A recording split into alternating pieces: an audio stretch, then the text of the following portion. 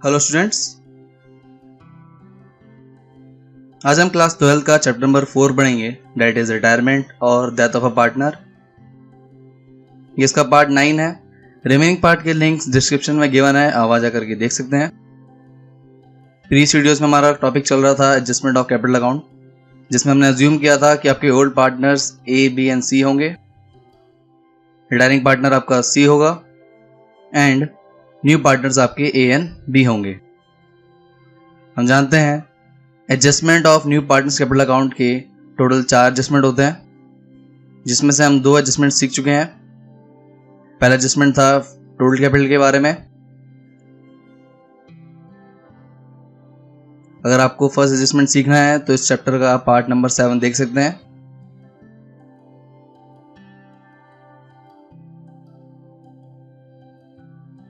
Then हमने second adjustment solve किया था, जिसमें न्यू पार्टनर्स अपनी कैपिटल को न्यू रेशो में एडजस्ट करते थे।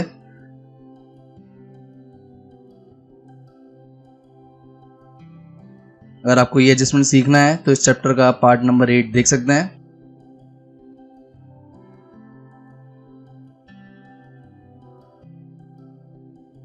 इस वीडियो में आज हम एडजस्टमेंट नंबर 3 सीखेंगे, which is when new partners adjust their capital on the basis of new profit sharing ratio and pay off C। इसमें न्यू पार्टनर्स अपनी कैपिटल को न्यू रेशियो में एडजस्ट भी करेंगे और जो पार्टनर रिटायर हो रहा है उसको सारा अमाउंट पे भी करेंगे। अगर क्वेश्चन में ये एडजस्टमेंट गिवन हो तो आपको सबसे पहले adjusted capital of all partners calculate करनी है। देन जो भी सम आएगा उसको आप न्यू पार्टनर्स में डिस्ट्रीब्यूट करेंगे उनके न्यू रेशियो में। डिस्ट्रीब्यूट करने के बाद जो आपका अमाउंट आएगा उसे आप क्लोजिंग कैपिटल बोलेंगे, जिससे आप टू बैलेंस CD लिखते हैं पार्टनर्स कैपिटल अकाउंट के पार्ट 2 में। फिर आप दोनों साइड्स को इक्वल करते हैं पार्टनर्स कैपिटल अकाउंट की। अगर कोई भी सरप्लस या डेफिसिट आता है तो उसे आप कैश या करंट अकाउंट से इक्वल करेंगे। और अगर क्वेश्चन में कोई इन्फॉर्मेशन गिवन ना हो तो आप कैश अकाउंट का यूज करेंगे। यह आपका अजम्पशन होता है। इस एडजस्टमेंट को सीखने के लिए हम एक क्वेश्चन देखेंगे। ये क्वेश्चन नंबर 9 है। A, B and C are partners sharing profit and losses in proportion of 5:3:2 respectively. Their balance sheet stood as under, आपको बैलेंस शीट गिवन है। Then on that date C retired and the following arrangements were agreed upon. C के retirement के time पे ये सारे adjustment किए गए, जिसमें सबसे इंपॉर्टेंट एडजस्टमेंट है adjustment number G, which is entire sum payable to C is to be brought in by A and B in such a way so as to make their capitals proportionate to their new profit sharing ratio, which is 2:1. Prepare revaluation account, capital account of the partners and the balance sheet after retirement of C. Adjustment number G में लिखा हुआ है कि C को आपको entire amount पे करना है जो A और B कंट्रीब्यूट करेंगे उनकी कैपिटल रेशियो में, which is 2:1। तो यहाँ आपका एडजस्टमेंट नंबर C लगेगा, क्योंकि आप रिटायरिंग पार्टनर को पे भी कर रहे हैं और A और B अपने कैपिटल को न्यू रेशियो में एडजस्ट भी कर रहे हैं। एडजस्टमेंट सॉल्व करने से पहले हम रिवैल्यूएशन अकाउंट प्रिपेयर करेंगे। सबसे पहले हम रिवैल्यूएशन अकाउंट का फॉर्मेट बनाते हैं। यह रिवैल्यूएशन अकाउंट का फॉर्मेट है।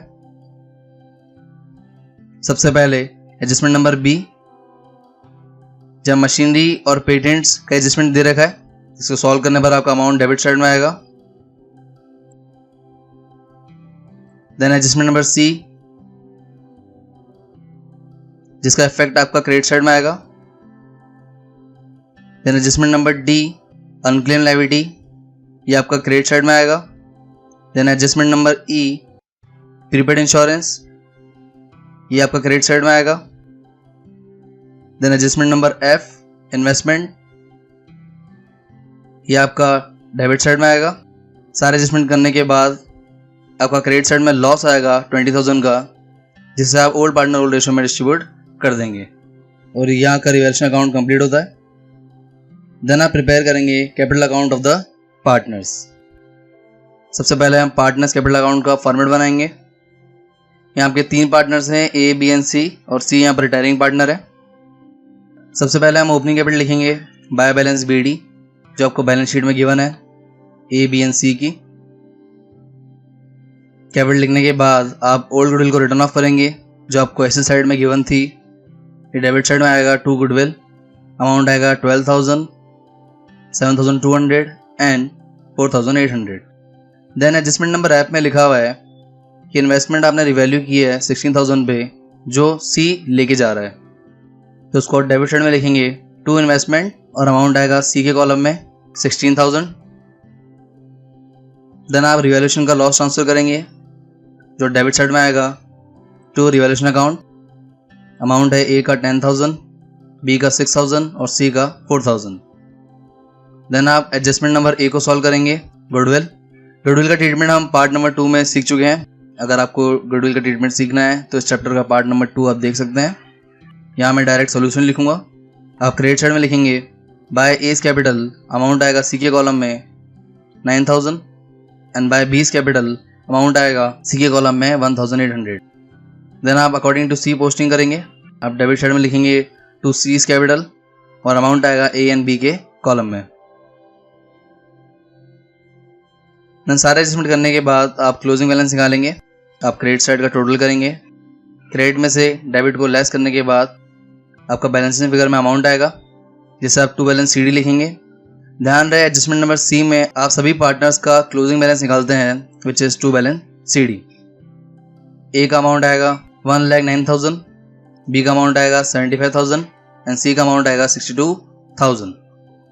देन आप एडजस्टमेंट नंबर जी सॉल्व करेंगे। कैपिटल एडजस्टमेंट C3, इसके लिए हम वर्किंग नोट प्रिपेयर करेंगे। Working note number 1 adjustment of capital. Step number 1 है कि सबसे पहले आप adjusted capital of all partners calculate करेंगे। फर्स्ट पार्टनर जो आपने टू बैलेंस सी डी निकाला था उसे ही आप adjusted capital of all partners कहते हैं। आप इन तीनों को जोड़ेंगे। इन तीनों को जोड़ने से आपका सम आएगा 2,46,000। इसे आप adjusted capital of all partners कहते हैं।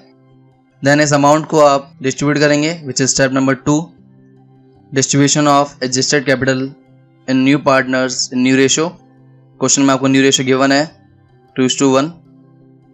इसे आप डिस्ट्रीब्यूट करेंगे ए एंड बी के अंदर 2:1 में। सबसे पहले ए को सॉल्व करते हैं। 2,46,000 मल्टीप्लाई बाय 2/3 जिससे अमाउंट आएगा 1,64,000। ऐसे ही आप बी का भी अमाउंट कैलकुलेट करेंगे। डिस्ट्रीब्यूट करने के बाद ये जो आपका अमाउंट आया है इसे आप क्लोजिंग कैपिटल कहते हैं जिसे आप टू बैलेंस सी डी लिखेंगे पार्ट नंबर 2 में। तो हम पार्टनर्स कैपिटल में टू बैलेंस सी डी लिखने से पहले आप फर्स्ट पार्ट में जो टू बैलेंस सी डी निकाला है उसे आप वापस क्रेडिट साइड में लिखेंगे बाय बैलेंस बी डी। ये अमाउंट लिखने के बाद आप टू बैलेंस सी डी लिखेंगे जो आपने अभी कैलकुलेट किया था डेबिट साइड में। देन अकॉर्डिंग टू एडजस्टमेंट सबसे पहले आप सी को एंटायर अमाउंट पे करेंगे। तो आप डेबिट साइड में लिखेंगे टू कैश 62,000। यहाँ हम देख सकते हैं कि ए और बी का debit and credit balance equal नहीं है, इसके लिए हम कैश का यूज़ लेंगे इक्वल करने के लिए। ए की डेबिट साइड ज़्यादा है इसलिए क्रेडिट साइड में बाय कैश आएगा 55,000 एंड बी की भी डेबिट साइड ज़्यादा है इसलिए बी का भी अमाउंट क्रेडिट साइड में आएगा विच इज 7,000। और इस तरह आपका पार्टनर्स कैपिटल अकाउंट कंप्लीट होता है। देन नेक्स्ट आप बैलेंस शीट प्रिपेयर करेंगे। सबसे पहले हम बैलेंस शीट का फॉर्मेट बनाएंगे। देन हम ओल्ड बैलेंस शीट की हेल्प से एंड रिवैल्यूएशन की हेल्प से एडजस्टमेंट को सॉल्व करेंगे। सबसे पहले लायबिलिटी साइड आपको क्रेडिटर्स गिवन है 29,000 के, आपने क्रेडिटर्स को रिड्यूस कर दिया है 2,000 से, इसलिए न्यू क्रेडिटर्स आपके आएंगे क्लोजिंग बैलेंस शीट में 27,000। द नेक्स्ट एसेट गुडविल आपको 24,000 दे रखी है जिसे आपने डिस्ट्रीब्यूट कर दिया था ओल्ड पार्टनर्स में, इसलिए अब इसे नहीं लिखेंगे। द नेक्स्ट इन्वेस्टमेंट आपका 30,000 का है जिसको सी लेके चला गया था, इसलिए इसका भी कोई अमाउंट नहीं आएगा क्लोजिंग बैलेंस शीट में। The next land and building 1,42,000, इसका कोई भी चेंज रिवैल्यूएशन में नहीं किया था इसलिए आप इसे सेम लिखेंगे न्यू बैलेंस शीट में land and building 1,42,000। Then next machinery account 50,000, आपने मशीनरी को डिड्यूस किया था 10,000 से, इसलिए न्यू मशीनरी आएगा 40,000। देन नेक्स्ट डेटर्स का आपने प्रोविज़न रिटर्न ऑफ कर दिया था इसलिए अब कोई प्रोविज़न नहीं आएगा, अब डेटर्स डायरेक्टली लिखेंगे 80,000 के। देन नेक्स्ट पेटेंट्स आपने पूरे रिड्यूस कर दिए थे 4,000 से, इसलिए न्यू बैलेंस शीट में पेटेंट्स नहीं आएंगे। इन्वेस्टमेंट आपने सोल्ड कर दी थी सी को, इसलिए वो भी नहीं आएगी। देन नेक्स्ट आपको बचा सिर्फ प्रीपेड इंश्योरेंस, जो अनरिकॉर्डेड एसेट है, ये आपका बैलेंस शीट में आएगा। एसेट साइड में प्रीपेड इंश्योरेंस 1000। देन नेक्स्ट आपका है कैश एट बैंक, जिसका अमाउंट 10,000 है। इसको लिखने से पहले हम इसका वर्किंग नोट बनाएंगे। Working note number 2, cash at bank. आपको ओपनिंग कैश बैलेंस गिवन है equal to 10,000। Then A and B amount कुछ लेके आए थे, इससे कैश बैलेंस बढ़ेगा तो आप ऐड करेंगे। ए का अमाउंट था 55,000 एंड बी का था 7,000, टोटल हो गया आपका 62,000। देन नेक्स्ट आपने सी को अमाउंट पे किया था तो उसे आप लेस करेंगे, विच इज 62,000। यहाँ पर एक इम्पॉर्टेंट नोट है, जब भी आप एडजस्टमेंट नंबर 3 सॉल्व करेंगे तो आपका अमाउंट जो पार्टनर्स लेके आ रहे हैं और अमाउंट जो आप रिटायरिंग पार्टनर को पे कर रहे हैं वो हमेशा इक्वल आएगा।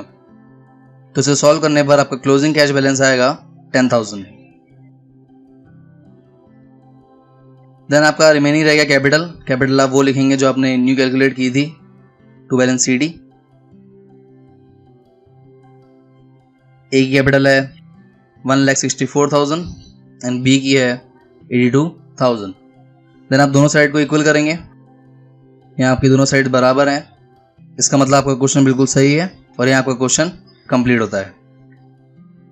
सो thank you guys for watching this video. अगर आपको ये वीडियो अच्छा लगे तो लाइक कीजिए।